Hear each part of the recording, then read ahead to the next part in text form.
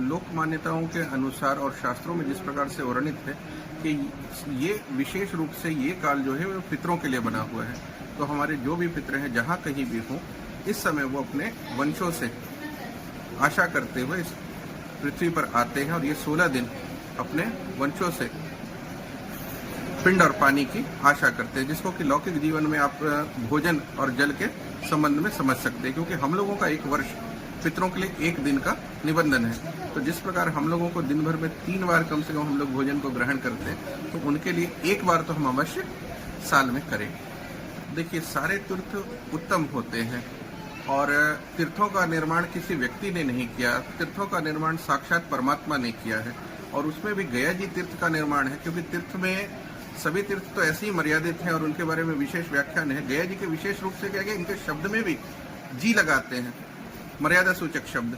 तो ये तीर्थों के प्राण गया जी हैं।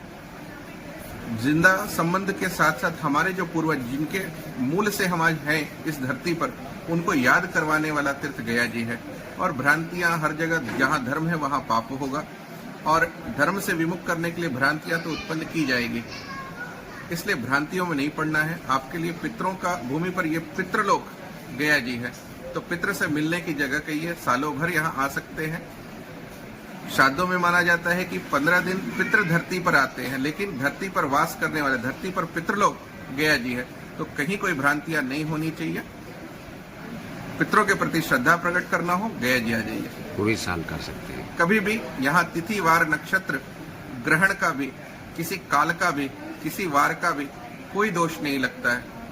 ये भूमि पर का पितृलोक के हैं, ये भूमि पर का वैकुंठ करे, क्योंकि श्रीमन नारायण प्रत्यक्ष उद्भव स्वरूप में यहाँ वास करते हैं। देखिए, श्राद्ध एक बहुत गूढ़ विषय है और ये हमारा मूल है और हम मूल से विमुख होने के कारण ही पितृदोष और पितृशाप के भागी होते हैं।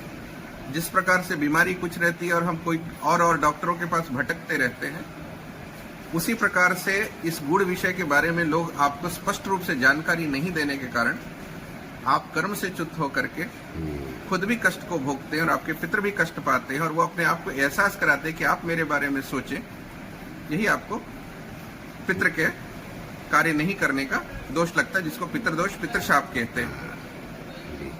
रह गई बात श्राद्ध और तर्पण क्यों करना चाहिए, जिस प्रकार से एक व्यक्ति का स्वस्थ होना आवश्यक है, उसी प्रकार से हमारे पितर हमारे भरोसे और हमारे पितर कहीं नहीं जाते। हमारे पितर हमारे शरीर में वास करते। लोक मान्यताओं